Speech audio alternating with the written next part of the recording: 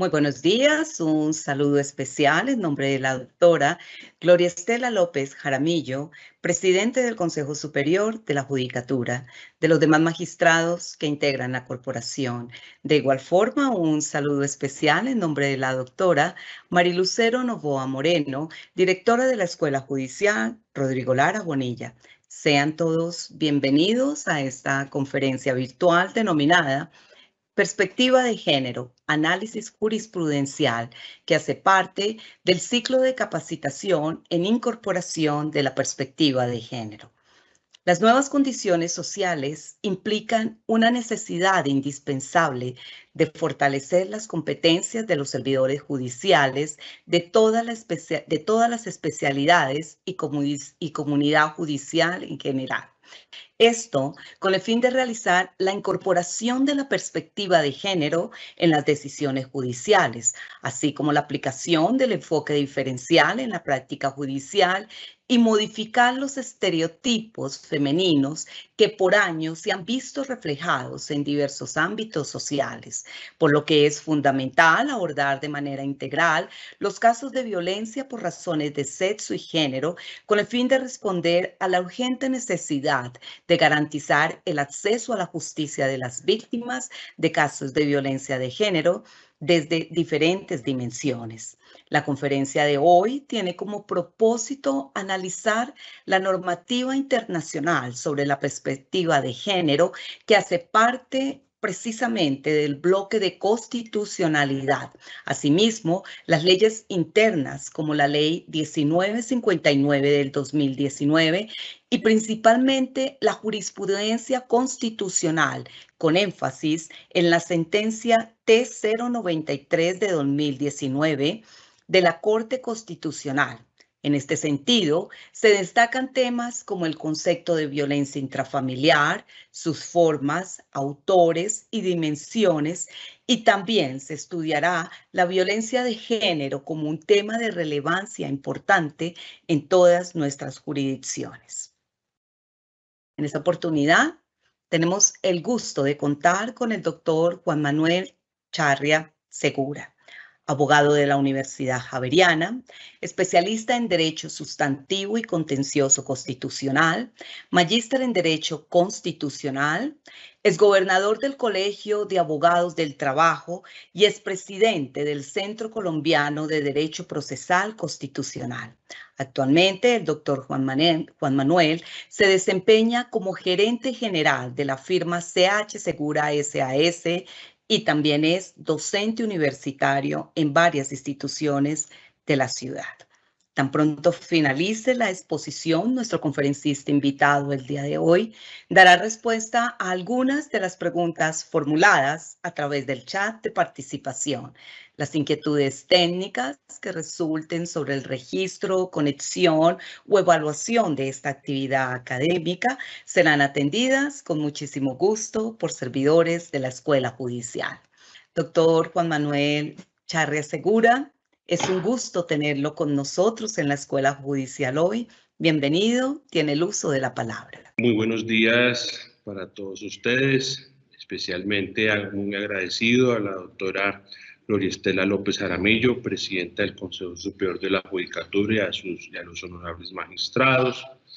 Agradecido también con la doctora Marilucero Novoa Moreno, directora de la Escuela Judicial Rodrigo Lara Bonilla, la doctora Mónica Cuellar, al doctor Ramiro Vargas Díaz, a todos los asistentes que están aquí conectados para esta conferencia.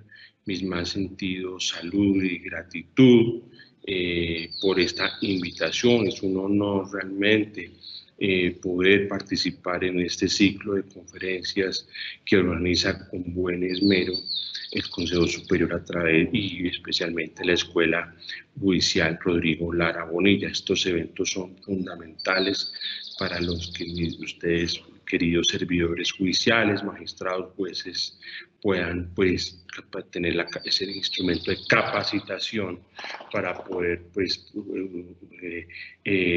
elaborar su labor como administradores de justicia para una labor fundamental en una democracia como es la que tenemos y ojalá la conservemos en nuestro país.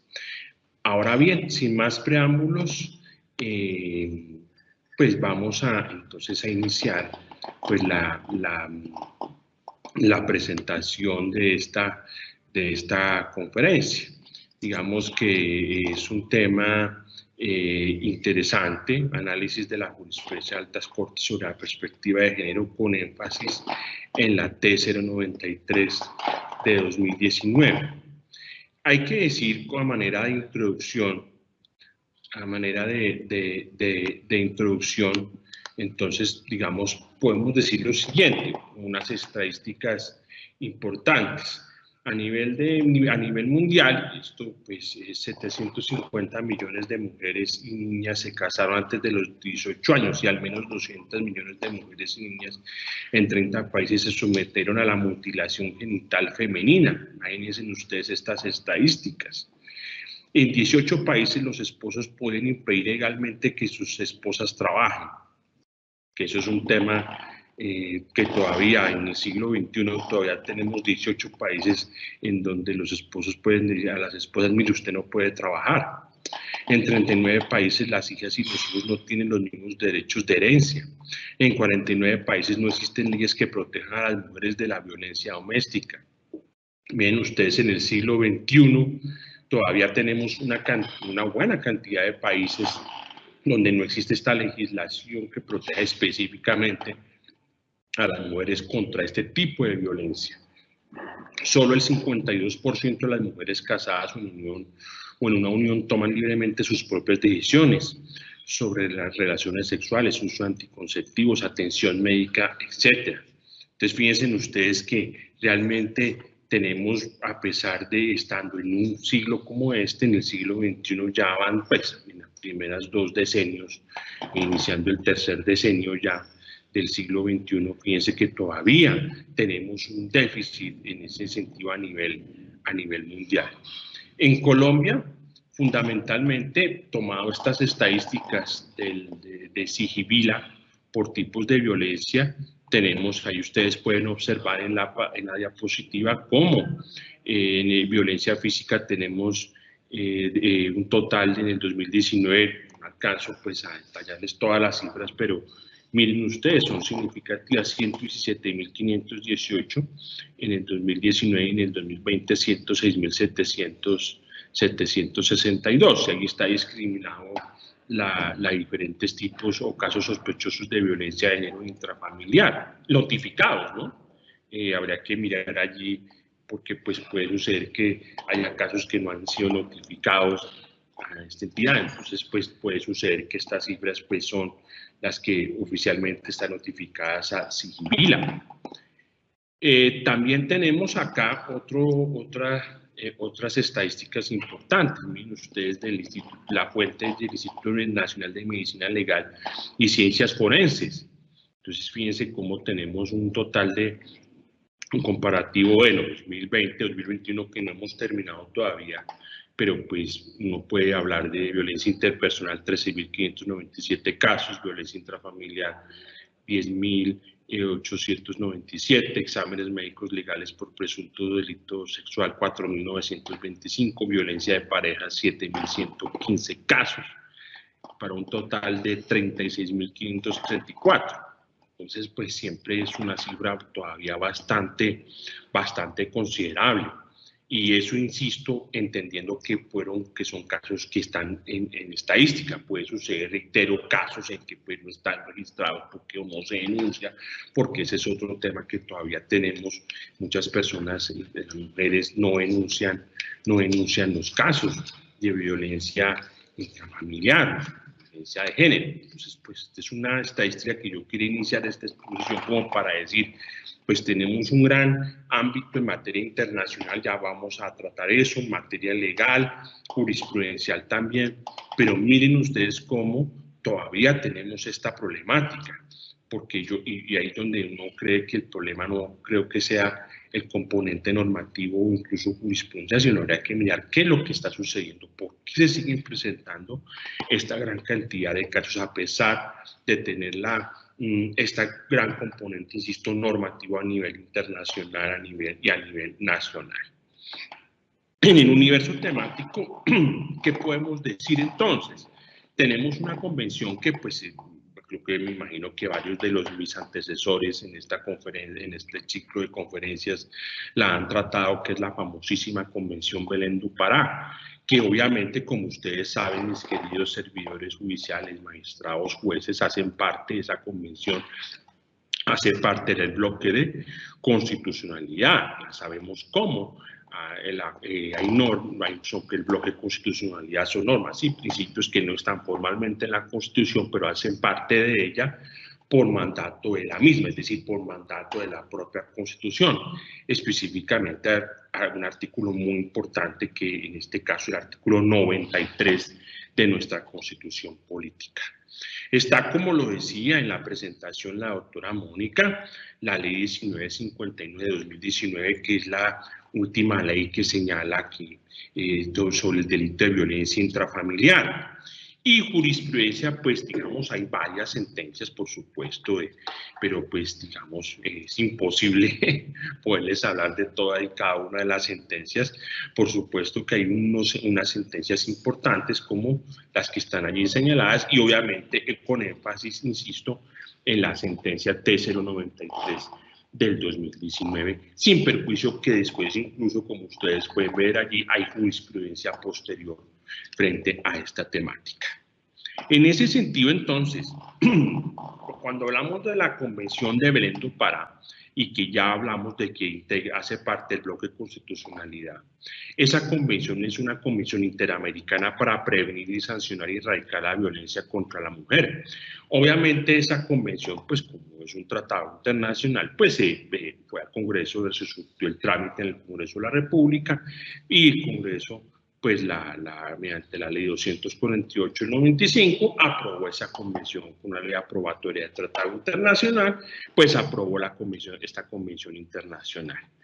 Entonces, digamos, ¿qué se acordó en esa convención? Los estados partes acordaron, pues que acordaron que la violencia contra las mujeres constituye una violación a los derechos humanos y las libertades fundamentales y limita total o parcialmente a la mujer el reconocimiento y goce de sus derechos, tales derechos y libertades, ofensa a la dignidad humana. Ya sabemos cómo la dignidad humana es el centro, digamos, de todo lo que es el catálogo de derechos fundamentales, el concepto de dignidad humana, y que en caso colombiano, pues recuerden ustedes que hace parte del artículo 1 de la Constitución Política como un componente del Estado Social de Derecho, y adicionalmente la dignidad humana es un valor constitucional, un principio constitucional y un derecho fundamental.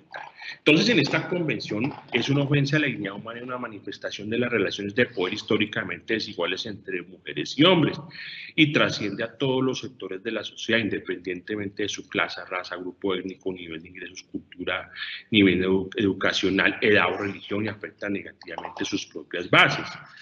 Entonces, insisto, esa convención pues hace parte del bloque de constitucionalidad, que ya sabemos entonces qué significa cuando hablamos de bloque de constitucionalidad, que son aquellas normas y principios que no están en la Constitución expresamente, pero que hacen parte de ella por mandato del bloque, por mandato de la propia Constitución política. En segundo lugar, pues está una ley muy importante, digamos que esta ley 1959 de 2019, que muy seguramente también ustedes en otras conferencias también les habrán charlado sobre esta ley, sobre todo en materia penal, ¿no? Entonces, pues aquí esta ley modificó, esta ley 1959 modificó la ley 599 del 2000, el Código Penal, y la ley 906 de 2004, Código de Procedimiento Penal, en cuanto al delito de violencia intrafamiliar. Entonces, pues, digamos que en dicha pena quedará sometido que es quien, sin ser parte del núcleo familiar, realice las conductas descritas contra cónyuges o compañeros permanentes aunque se hubiesen separado, divorciado, el padre y la madre de familia, aun cuando no conviven en el mismo lugar, si el maltrato se dirige contra el otro progenitor, quien no siendo miembro del núcleo familiar sea encargado del cuidado de uno o varios miembros de una familia o en su domicilio, residencia o cualquier lugar en el que se realice la conducta, y las personas con las que se sostiene o hayan sostenido relaciones extramatrimoniales de carácter permanente que se caractericen por una clara e inequívoca vocación de estabilidad. Entonces, yo creo que aquí, digamos, lo que se quiso fue un poco fortalecer en materia penal este delito con penas más altas, este delito de violencia intrafamiliar. Y se agregó un parágrafo que quien no siendo sometido, se agregó un parágrafo para aclarar que en el que ha sometido, quien no siendo miembro del núcleo familiar, haya atente, obviamente, que quien no siendo de un núcleo familiar se encargado del cuidado y de uno o varios miembros de una familia y realice alguna de las conductas anteriormente señaladas. Creo yo que este es un instrumento legal que pues está vigente, por supuesto, y que pues digamos sirve como un tema para fortalecer digamos esa en materia penal la lucha contra combatir este delito de violencia intrafamiliar. Entonces creo que esa ley hay que tenerla muy en cuenta porque por supuesto que nos da unas luces importantes en cuanto a fortalecer en materia legislativa las penas frente a las personas que cometan este tipo de conductas. En materia jurisprudencial, entonces pues digamos que aquí se han emitido pues varias sentencias muy importantes. Hay que destacar en primer lugar esta sentencia, la T462 de 2018, ¿no?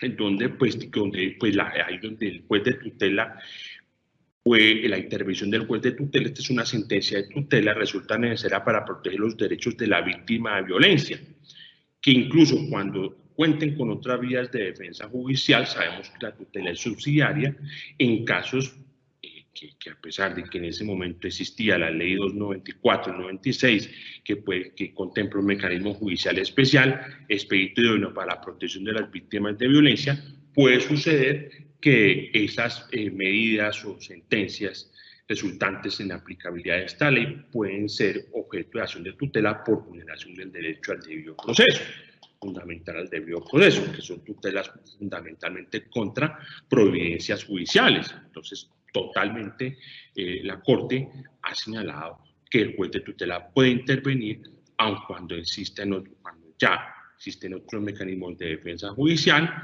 contra fallos que se profieran en virtud de procesos que se surtan en aplicación de lo que era en su momento la ley 294 de 1996. Hay que decir también que esta sentencia pues fundamentalmente señala de las características de la violencia psicológica, también en esta sentencia. También habla de la administración de justicia con perspectiva de género, es decir, que las mujeres víctimas de violencia, nos dice la Corte, acuden a las autoridades públicas para amparar sus derechos en respectivas ocasiones. Se produce una revictimización por parte de los operadores jurídicos, toda vez que la respuesta que se espera de estas autoridades no es satisfactoria y además con frecuencia confirma patrones de desigualdad. Entonces, lo que llama la atención aquí la Corte, pues habla de que pues, se debe fallar con perspectiva de género cuando se está administrando justicia. Y además, adicionalmente, nos habla del enfoque de género. Entonces, pues, el Estado ha adoptado una serie de medidas, nos dice la Corte, encaminadas a la protección de los derechos de las mujeres, dirigidas a prevenir y erradicar toda clase de violencia en contra de esta población.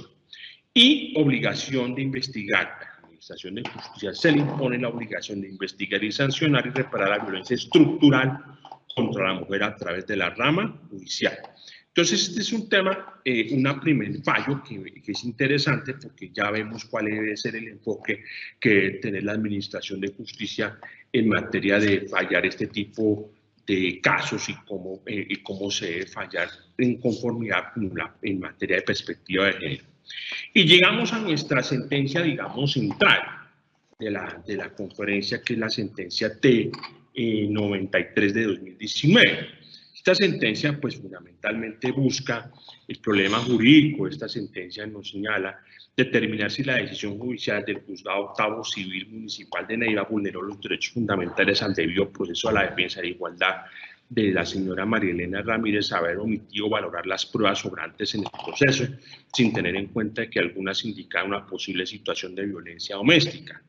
Entonces aquí, digamos, la Corte en esta sentencia, pues en primer lugar nos plantea obviamente el procedimiento en materia de tutela, nos plantea lo que son los requisitos formales, si se cumple con la legitimación por activa, la legitimación por pasiva, la inmediatez y la subsidiariedad, que son los elementos formales mediante los cuales la jurisprudencia nos ha, digamos, son los requisitos generales para la presentación de las tutelas.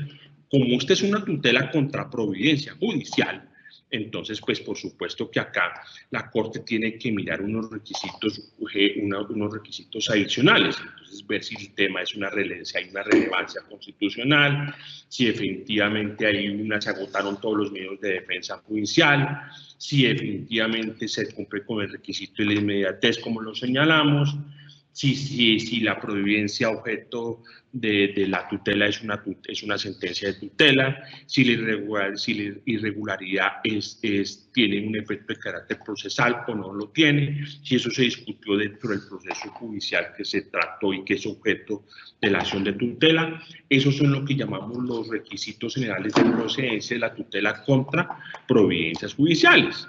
Y por supuesto, que ya luego la Corte viene a estudiar el tema de los requisitos o lo que llamamos las causales genéricas de procedibilidad, o lo que se llamaban, que fue lo que, digamos, a partir de la sentencia C-590 del 2005 del ponente Jaime Córdoba Treviño, este concepto de causales genéricas de procedibilidad de la tutela contra providencias judiciales es lo que reemplaza lo que se denominaba el famoso concepto de la vía de hecho.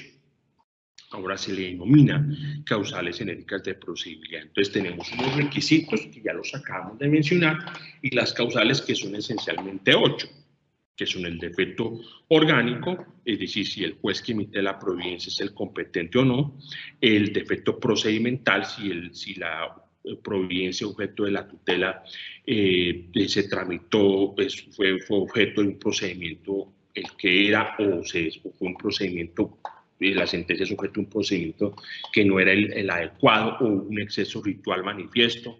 El defecto fáctico, que es un poco aquí en donde se hace énfasis en esta sentencia, es el tema probatorio, si el juez emitió o omitió valorar unas pruebas o decretó unas o dejó de decretar otras que eran fundamentales para la resolución del conflicto. El error inducido, si terceras personas pues pueden engañar al juez, al operador judicial para emitir el pronunciamiento judicial.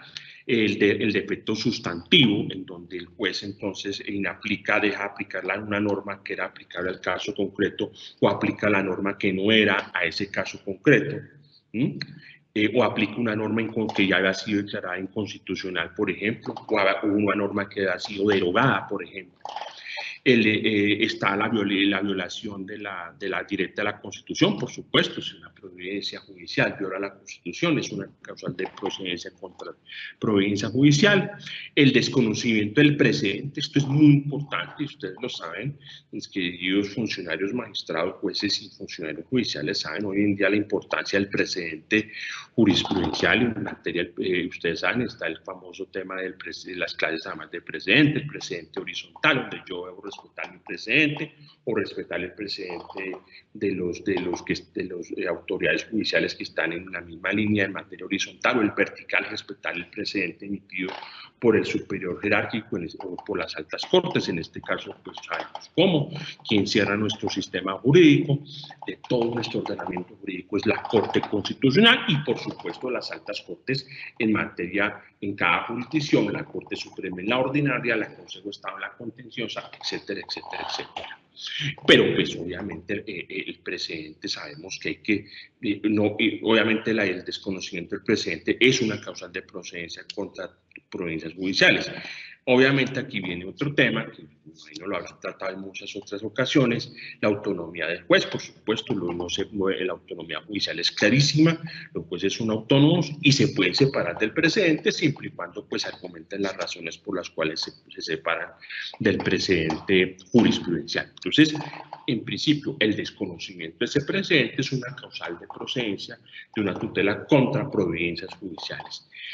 Y la otra causal final es la decisión judicial sin motivación, que pues fundamentalmente significa que el juez emite una sentencia sin ninguna motivación. Pues sabemos cómo aquí pues es fundamental que los jueces siempre emitan sus decisiones por medio de ser motivadas. Entonces aquí la Corte en esta sentencia, ya después de haber explicado un poco este tema general de los causales genéricas de procedibilidad contra unidades judiciales, si uno hace un análisis ya de esta sentencia T093, pues uno observa fundamentalmente, aquí la Corte explica lo que el defecto fáctico, el error inducido, un poco que fueron las causales alegadas en la tutela, y el desconocimiento del precedente y la violación directa de la Constitución. Fíjense acá que en esta sentencia, aquí la Corte, la tutela va dirigida contra esa sentencia, el juzgado de Neiva, pero se dirige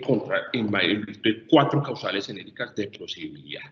Entonces aquí, digamos que la Corte empieza entonces a hacer un análisis interesante en cuanto, pues, digamos que empieza a hablar en análisis ya material de la tutela, de la acción de tutela en este caso, entonces se empieza a señalar el derecho fundamental a una vida libre de violencia, y aquí la Corte trae, pues por supuesto, otra vez, pues el tema de la convención, de la Convención de Belén do Pará, o también las recomendaciones generales por el Comité para la Eliminación de la Discriminación de la Mujer. Trae un poco lo que hablamos de estas convenciones internacionales que hacen parte, insisto, de nuestro bloque de constitucionalidad. Entonces, pues que ya lo hemos comentado, entonces es el derecho fundamental a una vida libre de violencia.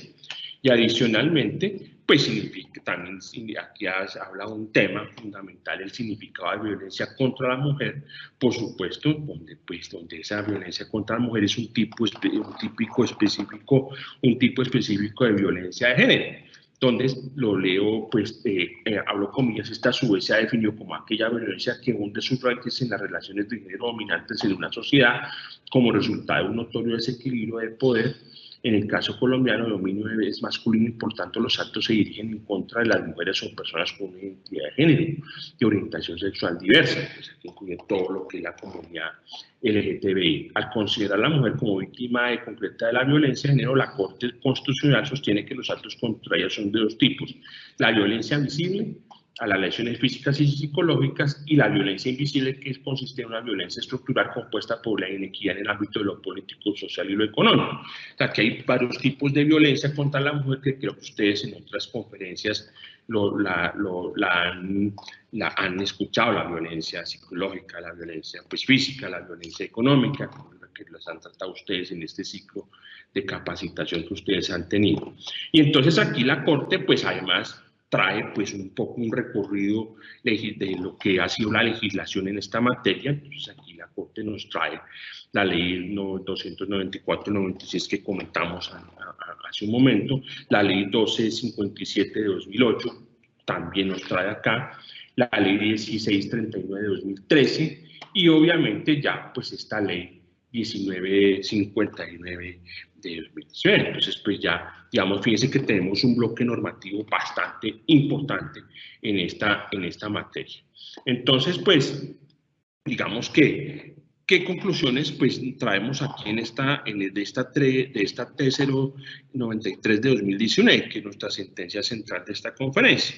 Entonces, por un lado, pues la Corte pues construye y continúa construyendo el concepto de violencia contra la mujer con la ayuda de los instrumentos internacionales que ya hemos pues comentado acá. Segundo, pues por supuesto que se apoya en el artículo 2 de la Declaración sobre la Eliminación de la Violencia contra la Mujer, la 4ª Conferencia Mundial contra la Mujer, sobre la mujer, las recomendaciones generales adoptadas por el Comité para la Eliminación de la Discriminación de la Mujer, el artículo 1 de la Convención de Belén do Pará, que define la violencia contra la mujer, ya vimos en cómo la definía, y pues por supuesto acá, pues y vuelve y repite, un poco reitera más bien lo que ya habíamos dicho se ha dicho en la sentencia del 2018, la 462.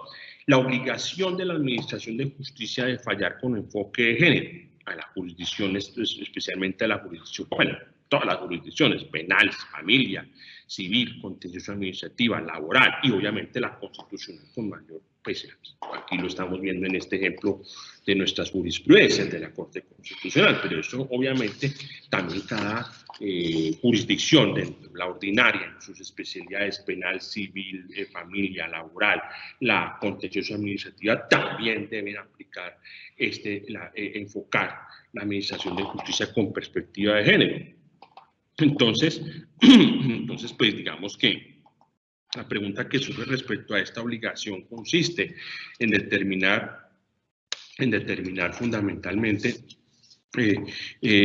cómo mantener el velo de la igualdad de armas sin que se desconozca la obligación de prevenir, investigar y sancionar cualquier tipo de violencia contra la mujer, un poco como mantener ese equilibrio, esa igualdad de armas entre quien pues ejerce esa violencia y pues la mujer que ha sido pues digamos, se permite el término violentada. Entonces, pues, por supuesto que aquí se permite, digamos que incurre una vulneración al derecho fundamental a una vida libre de violencia cuando se omite una violación de la actividad investigativa, la realización de investigaciones aparentes, falta de exhaustividad en el análisis de pruebas, recogida o reoptimización de la recolección de pruebas y la utilización de estereotipos de género para tomar sus decisiones y en la afectación de los derechos de las víctimas. Es decir, es muy importante entender que se deben tener en cuenta todos estos temas, es decir, no se debe hacer toda la actividad investigativa y aquí pues la Fiscalía cumple un papel fundamental, por supuesto, cuando se cometen este tipo de delitos, entonces hacer toda la investigación, no hace unas investigaciones aparentes, sino realmente hay una investigación real, seria y profunda, que pues hay que las pruebas que se analicen sean exhaustivas, que no acudamos al formalismo probatorio y la rigidez procesal, sino que lleguemos pues a una verdad material que es lo que se busca. Entonces pues digamos que puede suceder, ¿por qué? Porque en un caso puede suceder que la mujer esté en una situación de inferioridad de condiciones frente al hombre, ¿no? Que es el caso pues clásico que se presenta, sin perjuicio que puede haber también violencia, y creo que ustedes también se lo han explicado en otras conferencias, también violencia intrafamiliar contra los hombres, ¿no? No necesariamente, lo que pasa es que por supuesto que las estadísticas pues nos dicen que la mujer es la que realmente ha sido sujeto pues clásico de violencia intrafamiliar, pues no hay que descartar que haya casos también violencia intrafamiliar contra el hombre. Pues ahí, digamos, la idea es que no haya indefensión de quien es objeto de violencia, de quien es objeto de violencia intrafamiliar. Tampoco utilizar estereotipos de género para tomar sus decisiones, sea que la violencia se afecte a la mujer o al hombre, y que obviamente no se afecten los derechos de las víctimas, que eso es en últimas lo fundamental, que no se afecten los derechos de las víctimas. Es importante señalar además allí que la Corte dio una orden muy importante, que es un poco, instó a la Escuela Judicial Rodrigo Lara Unida para que incluyera en el programa de formación para la incorporación de la perspectiva de género, así como en el plan de formación, módulos y herramientas de capacitación sobre enfoque diferencial en casos de violencia de género desde su dimensión económica destinada a jueces civiles y a quienes considere pertinentes, que creo yo que es un poco lo que se está pues yo creo que un poco lo que está haciendo aquí con estas capacitaciones, y eso está muy bien, y felicito a la escuela porque digamos que ahora no solamente es para cumplir la orden, sino que realmente yo creo que lo que se está haciendo acá con este seminario es un poco esta capacitación que se les está dando a ustedes para pues que ustedes demuestren esa capacitación para que ustedes fallen con perspectiva de género, mis queridos jueces y magistrados. Ya después de esta jurisprudencia, pues quedan otras, pues que son muy importantes, por ejemplo, bueno, esta sentencia SU 080 de 2020, una mujer que fue víctima de violencia intrafamiliar. Entonces, entonces nos dice una mujer víctima de violencia intrafamiliar que a quien por tanto se le declare como cónyuge inocente a más tardar, a más de tener que exponer la totalidad de los maltratos que haya soportado en un proceso civil de cesación de efectos civiles, matrimonio o divorcio, deberá nuevamente recordar y expresar ante otra instancia en un trámite judicial civil las mismas circunstancias que demuestren y hay una posibilidad de una indemnización de perjuicios contra ese maltrato que fue sometida en este caso. Entonces, pues digamos que esta es una sentencia que también es interesante que ustedes la puedan, no sé si la han revisado, pero que la puedan revisar. Que recuerden que fue una magistrada, además, que es magistrada, perdón, de hoy del Consejo de Estado. Bueno. Es importante en ese sentido y pues por supuesto que se debe ordenar reparación efectiva con base en la Convención de Belén do Pará por ese maltrato que ha sido sometida la mujer. Hay otra sentencia también y hay una responsabilidad civil, ¿no?, al interior de las relaciones familiares. Entonces es otro tema muy interesante porque surgen desde la SBU 080 un tema de responsabilidad civil, así que indemnización de perjuicios por ese maltrato. Otra sentencia también importante es la TES 368 de 2020. Entonces, una autoridad, quien en el caso muchas veces vulnera la integridad personal, el libre desarrollo de la personalidad, de la intimidad, el buen nombre de un adolescente, ha revocado una medida de protección decretada por autoridad respectiva dentro de un proceso de violencia intrafamiliar cuando escala la omisión de la actividad investigativa o la realización de investigaciones aparentes y falta un análisis detallado de las pruebas recurridas para tomar decisiones. Entonces, por eso es que hay que ser muy exhaustivo, una actividad investigativa exhaustiva, importante, clara, no investigaciones aparentes, que es lo que veíamos en la T093 de 2019. Aquí es como una reiteración de esa T093 de 2019 y hacer un análisis detallado, por supuesto, de las pruebas para tomar las decisiones y no cometer errores y por irnos a un rigorismo procesal en exceso, entonces un poco perder lo que es la prevalencia de nuestro derecho sustancial y sobre lo que nos dice el artículo 228 de la Constitución y sobre todo en esta materia de violencia intrafamiliar. Por eso es que fallar con perspectiva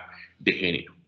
Otra sentencia, esta es de constitucionalidad muy importante, también es la sentencia C-117 de este año, donde la Corte extiende el reconocimiento sobre la existencia de un déficit de protección en detrimento de las mujeres que son víctimas de violencia intrafamiliar, ultrajes del trato de y los maltratamientos de obra por su pareja, no solo en el matrimonio civil, que se reconoció en la SBU 080 que ya vimos, sino también en el marco de una unión marital de hecho.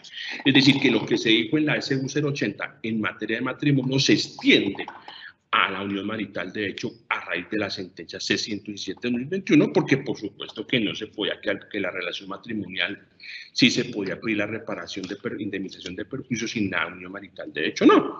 También la unión marital de hecho puede perfectamente para proteger a las compañeras permanentes. Es una sentencia también de este año muy importante.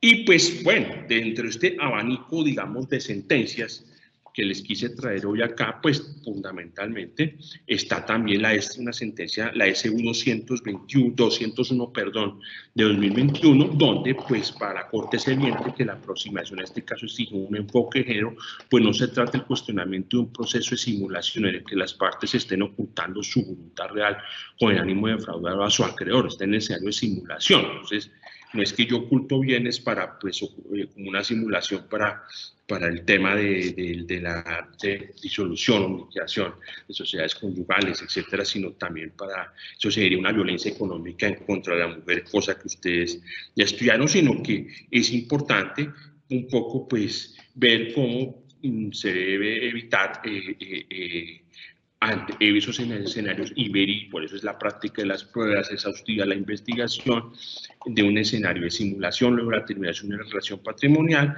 de una relación, matrimonial, ámbito propio de la discriminación contra la mujer.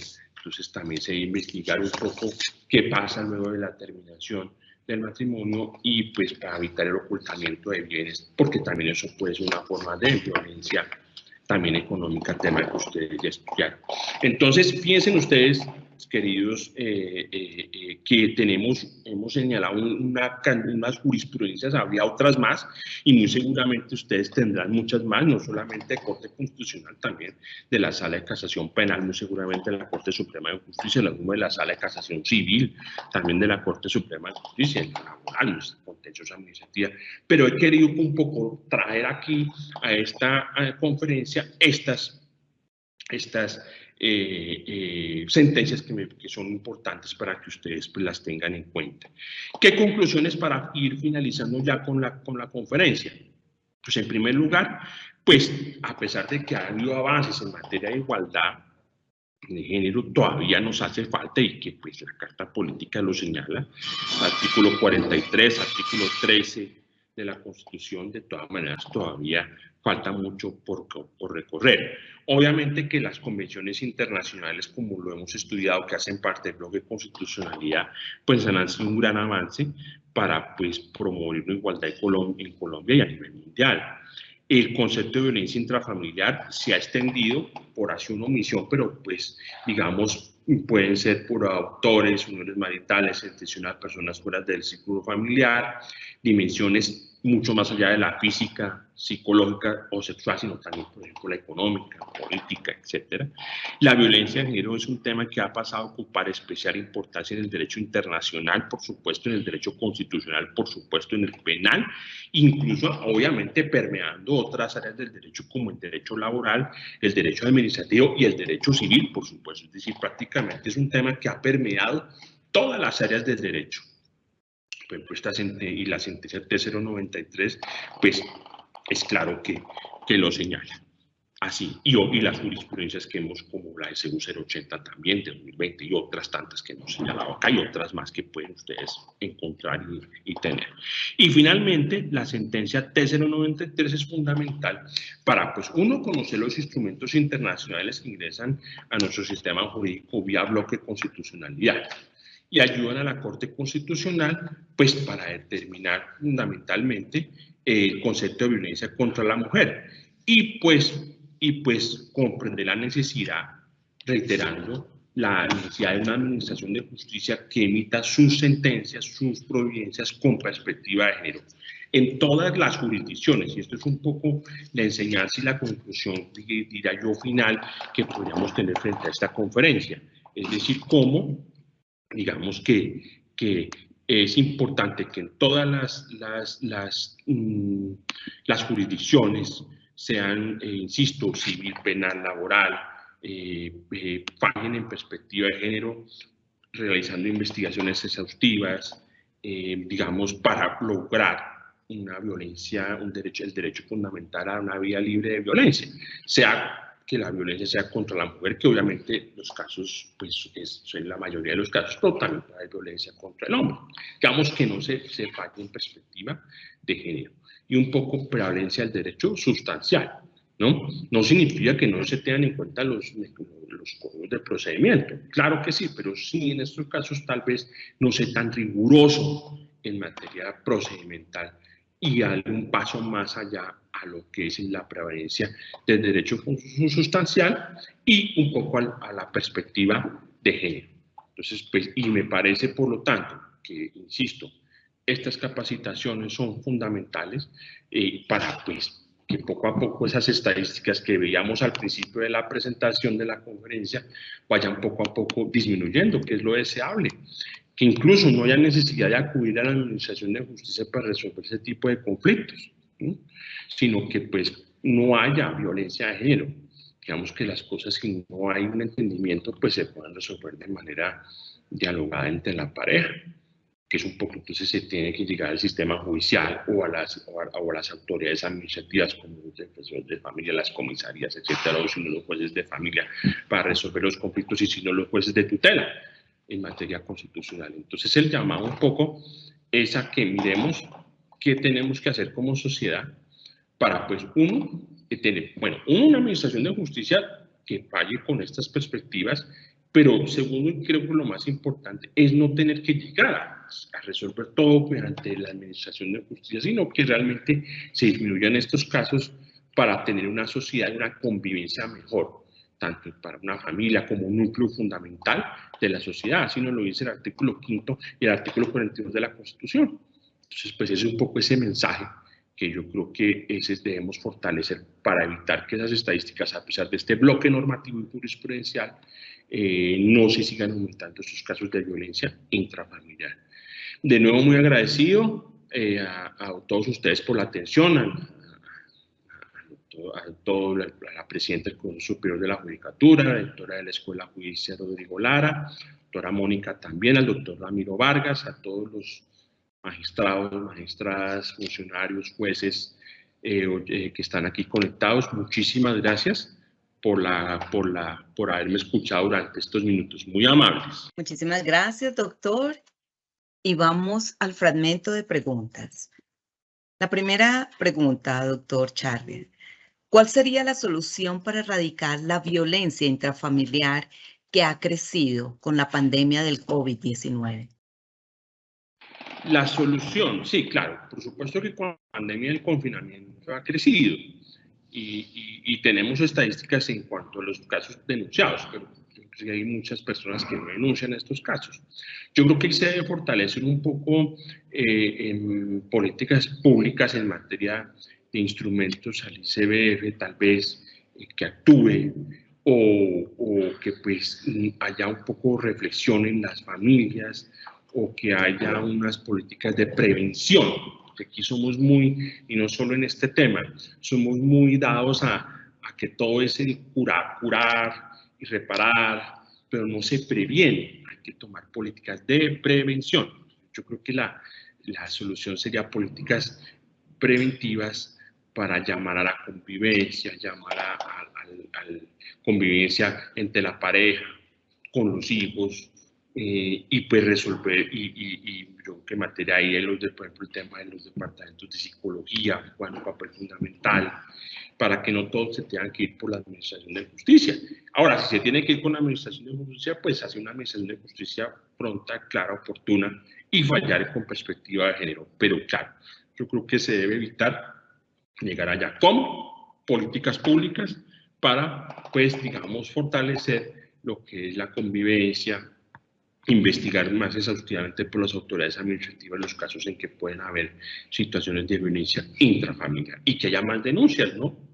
Y denunciar pues a los responsables y que las personas se animen a denunciar ante las autoridades y que haya investigaciones, insisto, rápidas, oportunas para lograr, a ver si logramos disminuir ese porcentaje que, como me dicen en la pregunta, se ha aumentado lamentablemente con el COVID-19.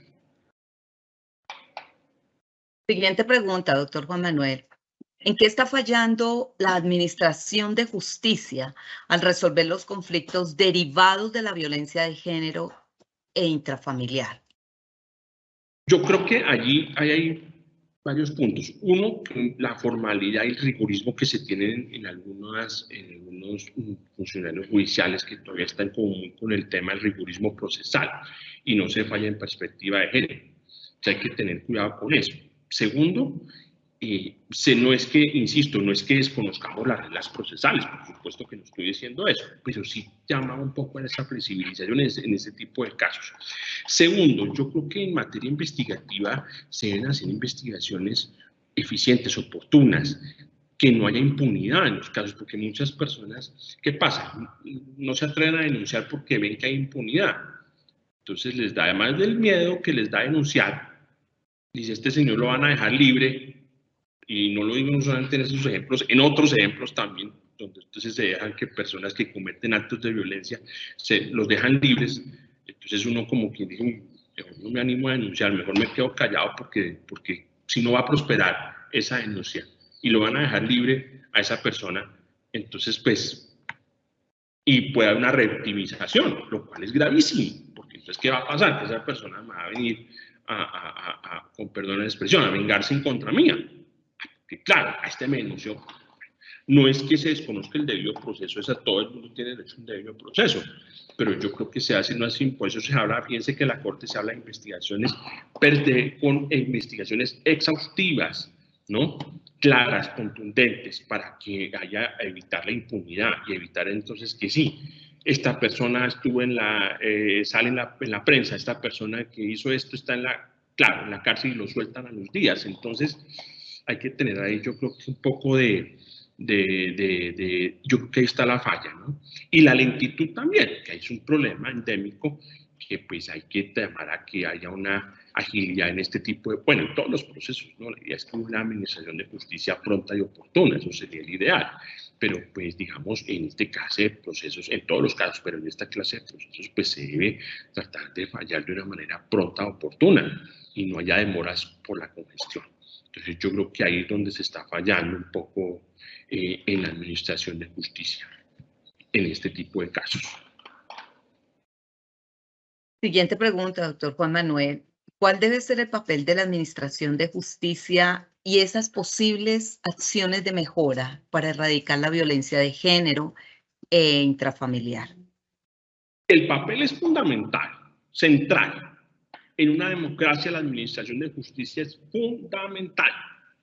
Siempre lo he dicho y en varios escenarios. En un estado en donde la administración de justicia no sea imparcial, autónoma, independiente, se nos acabó la democracia. Lo digo contundentemente y lo he dicho en varios escenarios. Y acá lo reitero. El papel que ustedes, los jueces, magistrados, asumen es un papel fundamental.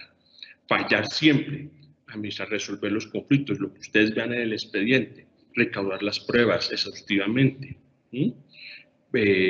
No dejarse un poco con el tema ideológico que muchas veces uno ve, entonces hay que tener mucho cuidado con eso. Entonces ahí la solución es una administración de justicia, es un papel fundamental en la democracia. En una democracia, en un Estado de Derecho, la administración de justicia juega un papel básico, pilar. Si no hay administración de justicia, olvidémonos de que estamos en una democracia.